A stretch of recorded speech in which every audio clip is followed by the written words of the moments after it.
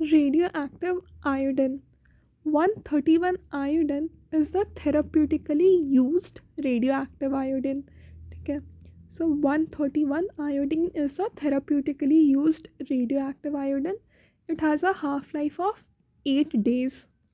Sodium iodide 123 iodide, which has a half life of 13 hours, it is used for diagnostic scan. ठीक है, therapeutically हम 131 को use करते हैं, which has a half life of 8 days.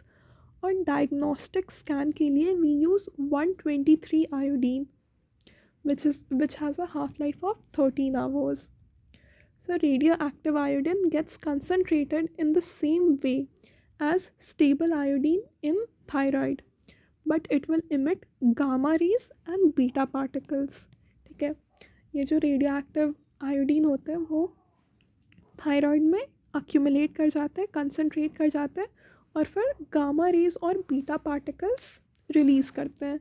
ये जो beta particles हैं they will cause the destruction of the follicular cells which leads to fibrosis and correction of the hyperthyroid state. तो दो चीज़ इमिट कर रहे हैं, एक तो गामा रेज और दूसरा बीटा पार्टिकल्स. बीटा पार्टिकल्स जो है वो फॉलिकुलर सेल्स को डिस्ट्रॉय कर देता है, जिसके कारण फाइब्रोसिस भी होता है और जो हाइपरथायरॉयड स्टेट है वो ठीक हो जाता है. 131 iodine is used orally as solution और capsule. The dose is expressed in microcurie. ठीक है, तो या तो एज अ सल्यूशन या एज कैप्सूल अवेलेबल होता है. आयोडीन 131 आयोडीन को ओरली लेते हैं and it is available as a solution और कैप्सूल. ठीक है, और इसका जो डोज है that is in microcurie. Uses and contraindication. It is used in the treatment of hyperthyroidism due to toxic nodular goiter or Graves' disease, especially in elderly and patient with coexisting cardiac diseases.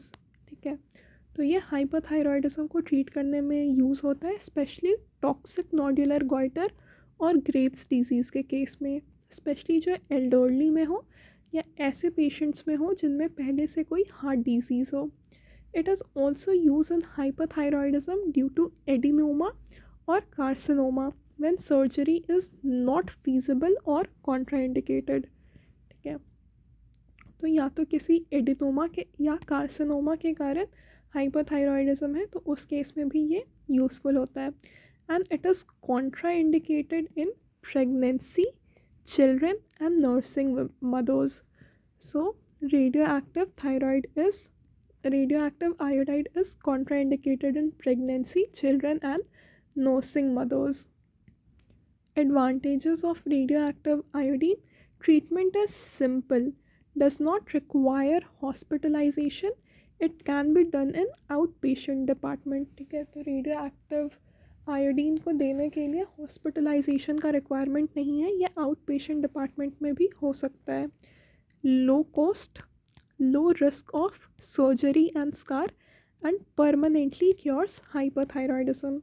सो एक तो treatment simple होगा, hospitalization का requirement नहीं होगा. ठीक है, radioactive iodine के case में हॉस्पिटलाइजेशन का रिक्वायरमेंट नहीं होता है, लो कॉस्ट होता है, नो रिस्क ऑफ सर्जरी का रिक्वायरमेंट नहीं होगा, स्कार नहीं होगा, and it will permanently cure hyperthyroidism. Disadvantage क्या है कि it is slow acting and causes local soreness in the neck. Incidence of hypothyroidism is high. ठीक है, ये एक मेजर डिसएडवांटेज हो गया.